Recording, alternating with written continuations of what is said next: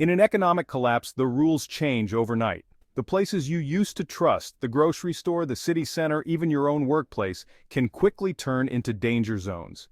Imagine a world where the comforts and conveniences we take for granted transform into sites of conflict and chaos. That's what happens when the system fails. It's not a scene from a dystopian novel. It's a reality that has happened before and can happen again.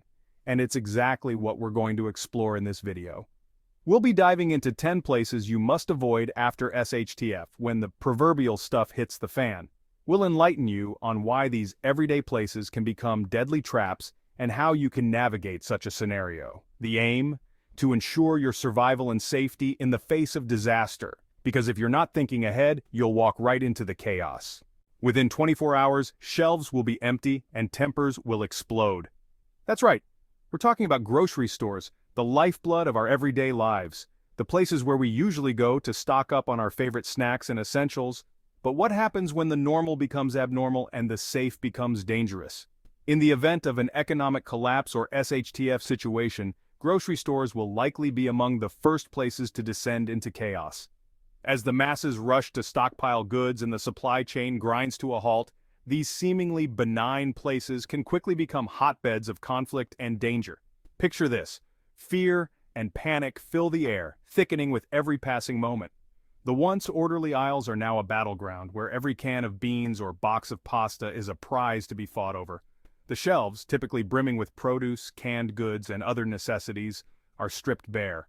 The air is thick with desperation, and tempers flare at the slightest provocation. But it's not just about the scarcity of food and essentials. The atmosphere in grocery stores can quickly become volatile and dangerous. History has shown us that in times of crisis, fights, looting, and even gunfire can break out in these places. People who were once friendly neighbors can become adversaries, driven by fear and the instinct to survive.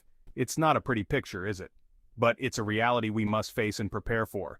If you wait until after disaster strikes to get what you need, you'll find yourself in the midst of this chaos, risking your safety for a can of soup or a bag of rice.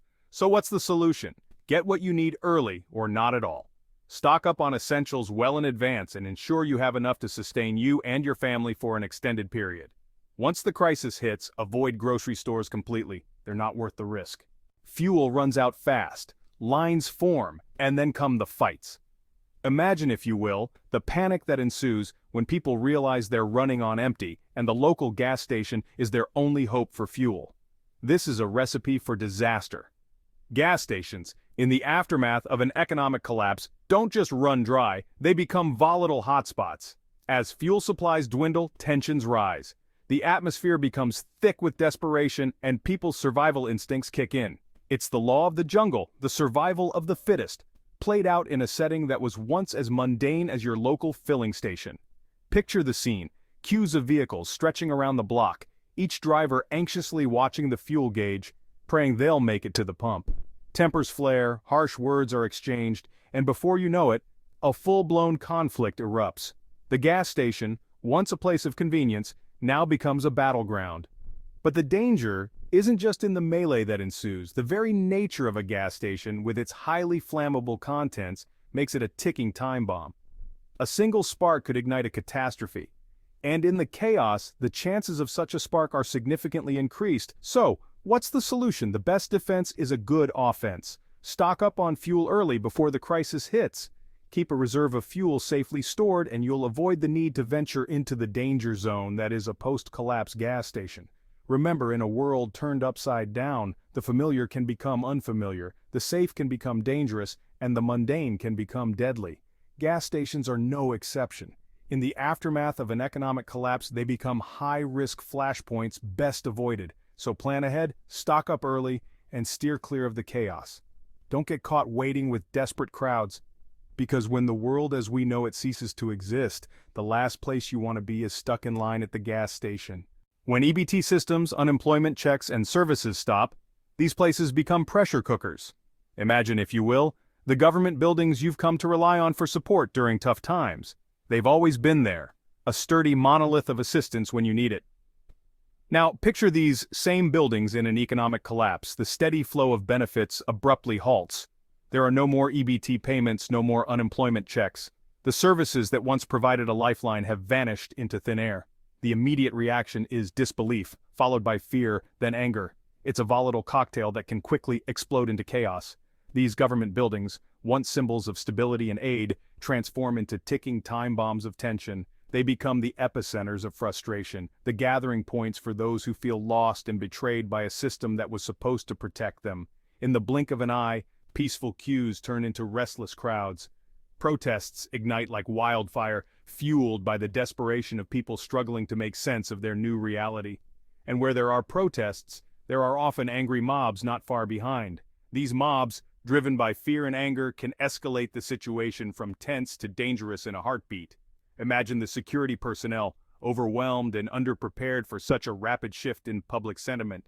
They're tasked with maintaining order amidst the chaos, but their numbers are dwarfed by the growing crowds. The situation becomes a pressure cooker, ready to explode at any moment. In the heat of these moments, government buildings can quickly turn into battlegrounds. And in a battleground, there are no winners, only survivors. The risks of getting caught in the crossfire far outweigh any potential gains from venturing into these danger zones. So what's the best course of action? Avoidance. Stay clear of government buildings, particularly in urban areas where the population density can amplify the chaos. Stick to the outskirts, away from the epicenters of tension. Remember, in an economic collapse, survival is the name of the game. And survival often means steering clear of danger, not running headfirst into it. Avoid at all costs, especially in urban areas. Overrun, understaffed, out of supplies. This is the grim future that awaits many hospitals and clinics when the proverbial feces hits the fan. These places, where we usually run to for help, can quickly become some of the most dangerous places to be in the aftermath of a societal collapse. Why, you ask? There are several reasons. First off, in an event of a widespread crisis, hospitals and clinics will be swarmed with people seeking medical attention. This sudden influx of patients, coupled with a likely shortage of staff due to the chaos, will leave these facilities understaffed and unable to cope with the demand. Furthermore, as supply chains crumble, these places will run out of essential medical supplies, medications, and equipment, rendering them ill-equipped to handle the mounting medical emergencies. In such a situation, even a minor injury or illness could become a death sentence due to the lack of proper medical care. But the problems don't stop there. Hospitals and clinics can quickly become hotbeds for disease and infection. With so many sick and injured people concentrated in one place, the risk of catching an infectious disease skyrockets. And with the hygiene standards likely to drop due to the chaos and lack of supplies, this risk is further exacerbated. Then there's the panic and violence. As desperation sets in, people may resort to violence to secure medical care for themselves or their loved ones. Hospitals and clinics can become battlegrounds, with fights breaking out over scarce resources and services. In addition, these places can also become prime targets for looters looking to score valuable medical supplies. This means that even if you manage to avoid the disease and violence inside the hospital, you may still have to contend with danger lurking outside. In light of these risks, it's best to avoid hospitals and clinics after SHTF, unless it's a life-threatening situation. And even then, don't go alone. Having someone to watch your back can make all the difference in such a volatile environment. Only go if it's life-threatening and never alone. This should be your guiding principle when it comes to seeking medical care in the aftermath of a societal collapse. Money's worthless? Maybe, but people still want what's theirs.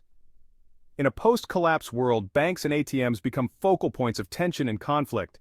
Imagine a world where your credit card is just a piece of plastic, your bank account is just a number on a screen, and the only currency that matters is cold, hard cash.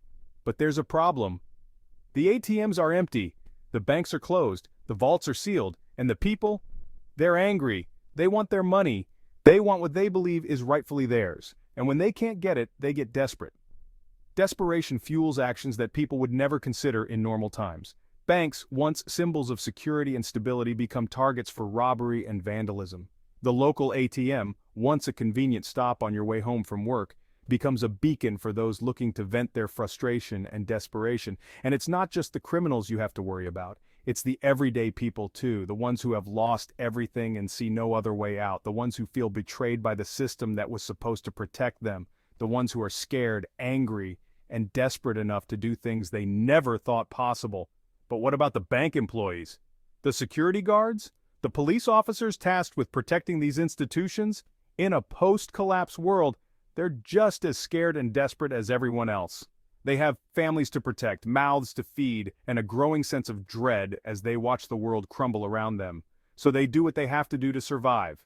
They barricade the doors, they arm themselves, they prepare for the worst. But in the end, they're outnumbered and outgunned. The banks are overrun, the ATMs are smashed open, and the money, it's gone. If you don't have cash by now, you're late to the game. In a world where cash is king, those without it are left scrambling. So, as we prepare for the possibility of a collapse, let's remember the importance of having a stash of physical currency. Because when the ATMs are empty and the banks are closed, it might just be the only thing that can buy you a ticket to safety.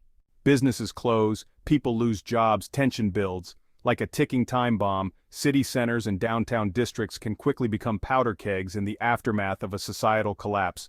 It's a phenomenon we've seen time and again throughout history, and it's not hard to understand why. These are the areas where commerce and community collide, where the heart of a city beats. But when that heart is starved of its lifeblood, economic stability, it can turn into a maelstrom of disorder and desperation. Consider the makeup of these areas. They're home to businesses, both big and small, that rely on a functioning economy to survive. From the mom-and-pop diner to the high-rise office building, each establishment is a cog in the city's economic machine. But when that machine grinds to a halt, so too do these businesses. Employees are let go, storefronts are shuttered, the once vibrant city center becomes a ghost town. But that's not the end of the story. As businesses close and jobs disappear, people are left with limited resources and dwindling hope. And when people feel cornered, they can react in unpredictable ways. The city center, once a symbol of prosperity and progress, becomes a stage for the human drama to unfold. Protests can spring up in the blink of an eye, turning into full-blown riots.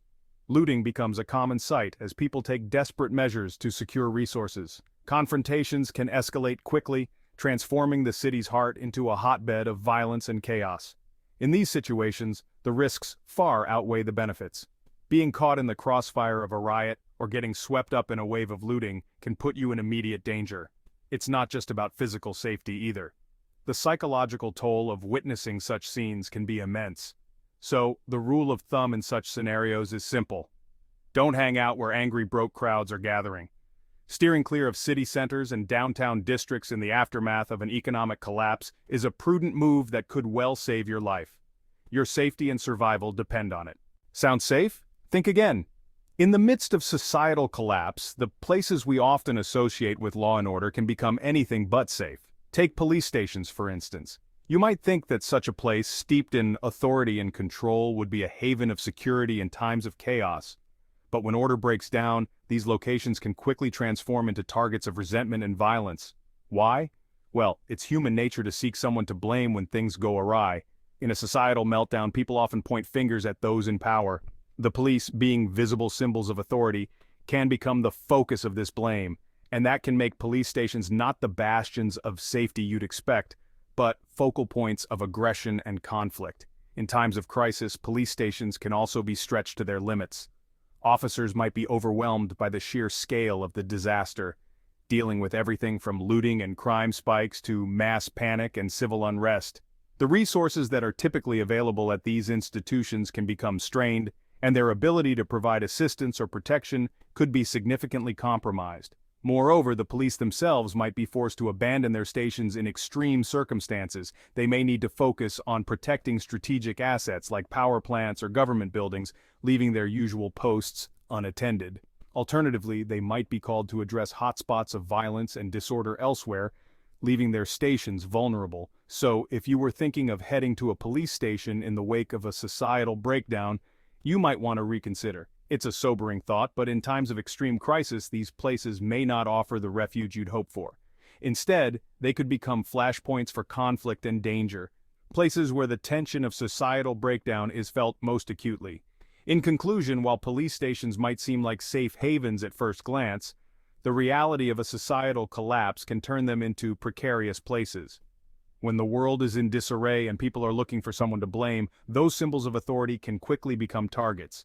So, if the worst should occur, don't bank on the police station for safety. Don't expect help. Supplies attract people. People attract chaos. Now let's take a moment to consider big box retail stores like Walmart, Costco, and others. Picture the vast aisles stocked with everything from canned goods to camping gear. Under normal circumstances, these stores are a convenient one-stop shop for our daily needs. But when society hits the fan, they transform into a high-risk zone. Why is this? It all comes down to supply and demand. In times of crisis, these stores become a beacon, drawing in desperate crowds seeking resources. However, this level of demand far outstrips the supply available. As a result, these stores quickly become the epicenter of panic and disorder as people scramble to get their hands on whatever they can. Adding fuel to the fire, the security measures at these big box retail stores are not designed to handle such a crisis. Security staff, typically there to deter petty theft, are not equipped to handle large crowds in a state of desperation. In the absence of law enforcement or military support, the situation can spiral out of control, giving rise to a mob mentality. This mob mentality is a dangerous beast. It's a collective state of mind where people feel empowered by the group's anonymity and lose their sense of individual responsibility. In this state, normal rules of behavior are forgotten, and people become capable of acts they would never consider under normal circumstances. Add to this the fact that these stores are often located in urban areas, which are likely to be hit harder by the crisis. The high population density combined with limited resources is a volatile mix, leading to heightened tensions and a higher likelihood of violence. In such a scenario, these big box retail stores can get looted faster than you can say emergency supplies. What was once a place of convenience becomes a dangerous war zone, a place to be avoided at all costs. So remember, in a post-collapse situation, supplies attract people. People attract chaos. These stores will get looted fast and become dangerous war zones. Stay safe by staying away. Choke points for traffic, refugees, and looters. That's what highway overpasses and intersections become when society's structures start to crumble. Imagine this. The once familiar hum of vehicles buzzing down the highway is replaced by an eerie silence, punctuated by the occasional creak of abandoned cars swaying in the wind. But don't be fooled by the quiet. These seemingly empty spaces can quickly become hotbeds of danger and unpredictability. Let's think about it. Highways, by design, are meant to funnel large volumes of traffic from one place to another. But when the world as we know it starts to fall apart, these arteries become clogged with people fleeing urban areas, desperate to find safety in less populated regions, and with this mass exodus comes a slew of problems. Overpasses and intersections in particular become choke points, places where the flow of traffic is significantly reduced.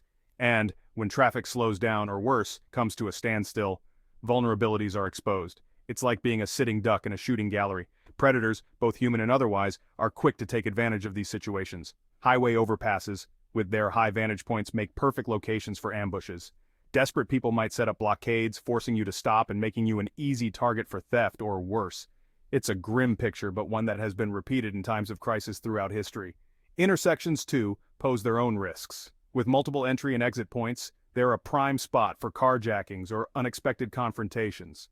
And if the traffic lights are out, which is likely in a societal collapse, the risk of accidents increases dramatically. So, what's the takeaway here? Avoid main roads at all costs. Stick to lesser-known routes and back roads. It might take you longer to reach your destination, but the reduced risk is worth the extra time, and remember, the goal is not to be the fastest or the strongest, but to be the smartest. Survival is, after all, a game of wits. Set up with good intentions, but quickly overcrowded and unsafe. Large shelters and so-called refugee zones may appear to be safe havens in the midst of chaos, but let's delve a little deeper. Imagine the scene. Hundreds, if not thousands of people crammed into an area not designed to handle such numbers. Families, individuals, all desperate, all scared, all seeking refuge from the turmoil outside. The air is thick with tension, fear, and the unmistakable scent of too many people in too small a space. As the hours turn into days and the days into weeks, the conditions deteriorate. Sanitation facilities are quickly overwhelmed. Clean water becomes a luxury. Food supplies dwindle. The once safe haven turns into a potential death trap. But it's not just the lack of basic amenities that pose a danger. Disease can spread like wildfire in these cramped conditions. A single person with a contagious illness can infect dozens, even hundreds, within a matter of hours. And with medical facilities already stretched to the limit, treatment for these diseases is often non-existent. Then there's the matter of security. With such a high concentration of people, the situation can become volatile in an instant. Thefts, assaults, and worse can become commonplace as those with less scruples take advantage of the chaos. And let's not forget the potential for gang control, turning these supposed safe zones into areas of fear and intimidation. Stay in place if safe, if not, bug out early and quietly. This is your mantra when the world turns upside down. Staying put where you are familiar with your surroundings is often the safest bet. If you must leave, do so swiftly and without drawing attention to yourself. Now imagine a safety net, not made of government aid or public services, but forged through trust and shared survival goals. That's your neighborhood network.